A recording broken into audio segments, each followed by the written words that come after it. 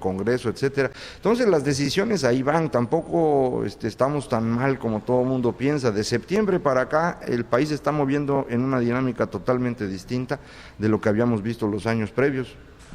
Doctor Macario Esquetino, entonces esto es lo prioritario y hablaríamos que de manera posterior tal vez, digo porque ahorita está el tema de la reelección y bueno, pues estamos hablando que acá está precisamente pues diríamos lo que urge. La reforma política es uno de los 10 temas a los que se refirió el presidente en septiembre.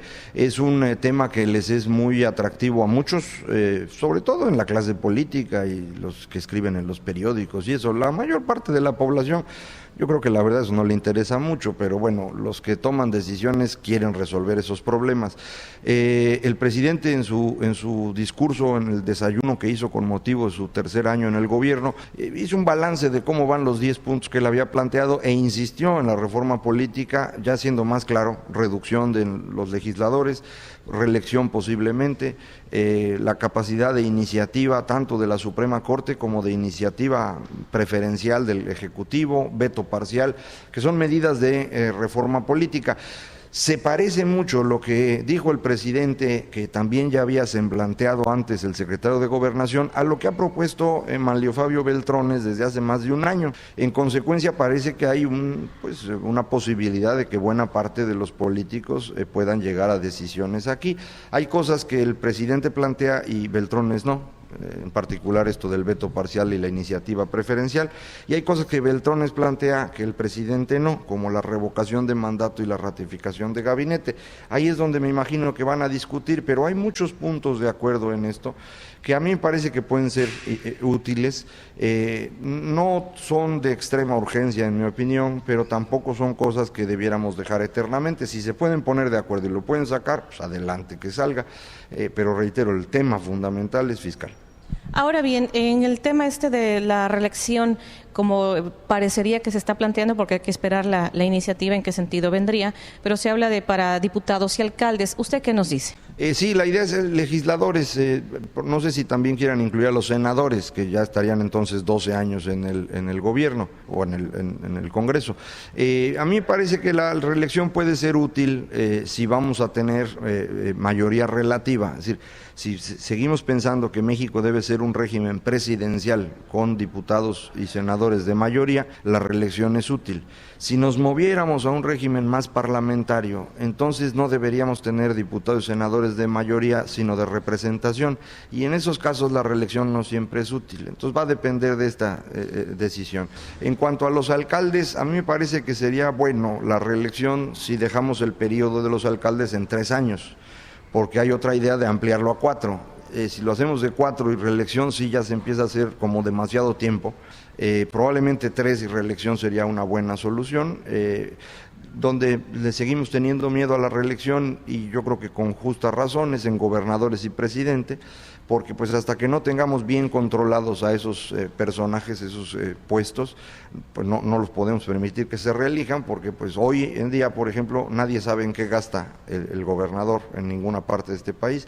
La federación le da dinero a los gobernadores, el 40% del dinero de la federación lo gastan los gobiernos locales, y no sabemos en qué lo gastan, no hay transparencia, no hay rendición de cuentas. Pues si los dejáramos reelegirse, nunca se van, ¿no?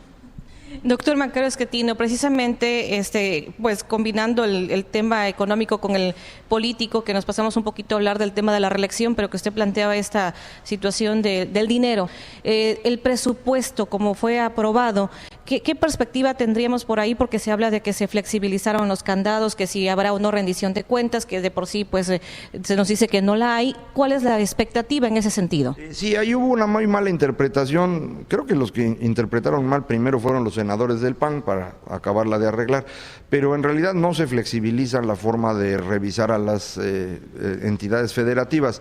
Lo que ocurre es que en el paquete presupuestal venían medidas mucho más restrictivas de las que había antes, y no todas esas medidas se aprobaron. Entonces, contra lo que traíamos en el pasado, sí se está vigilando un poco más. Contra lo que se quería, pues sí no se llegó, pero no es que se haya quitado algo de lo que ya se estaba haciendo en el pasado, simplemente no hemos logrado pues cerrar mejor las cosas para vigilar mejor a los gobernadores.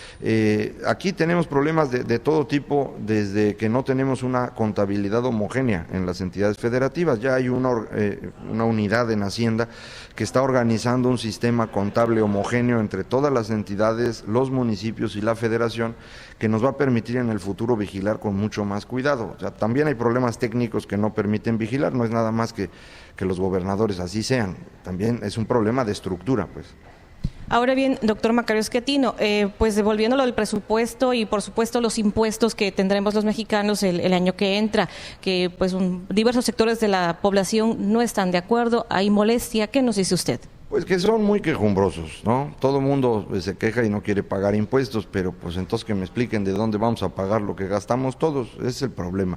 México es uno de los países que menos impuestos recauda en el mundo, el único país conocido más o menos de nuestro tamaño, más o menos que tiene la misma recaudación que México es Guatemala. Pero incluso Honduras, El Salvador o Nicaragua recaudan más impuestos que México en proporción al tamaño de su economía. Brasil, que es un país más pobre y más desigual que México, recauda casi el triple de impuestos de los que nosotros recaudamos.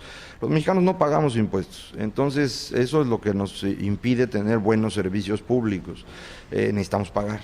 Durante muchos años pudimos dejar de pagar porque el dinero que nos faltaba lo sacábamos del petróleo, ya se acabó el petróleo, entonces no hay más remedio que pagar. Una de las quejas más comunes es que no quieren pagar porque se roban el dinero, pero esos son problemas distintos, ¿no? Por un lado hay que pagar y por otro lado hay que exigir, las dos cosas las tenemos que hacer, pero eso de que yo no pago porque se lo roban, bueno, pues a final de cuentas todos perdemos con eso. Cuando uno no paga impuestos, acaba pagando en especie lo que no pagó en dinero, es decir, como pagamos poco, los mexicanos tenemos un sistema educativo malo, un sistema de salud malo, problemas muy serios de seguridad pública, y entonces cada uno de nosotros empieza a pagar por su cuenta todo eso. Tenemos a nuestros hijos en educación privada, compramos seguros de gastos médicos y pues quienes tienen más dinero logran tener incluso seguridad privada. Bueno, si suma uno esos costos, es mucho más de lo que nos hubiera costado pagar lo mismo entre todos con impuestos. Eso de que cada quien se salva solo no funciona en sociedades modernas, entonces por eso hay que pagar más. Hay que ver cómo le hacemos para que este pago se distribuya de la mejor manera, en eso yo estoy totalmente de acuerdo.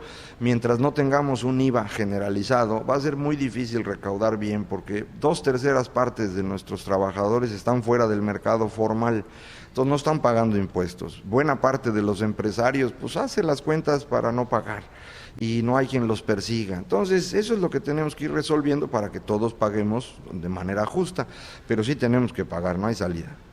Ahora bien, doctor Macario Schettino, también se habla a través de estudios, encuestas del desánimo que prevalece entre la sociedad mexicana.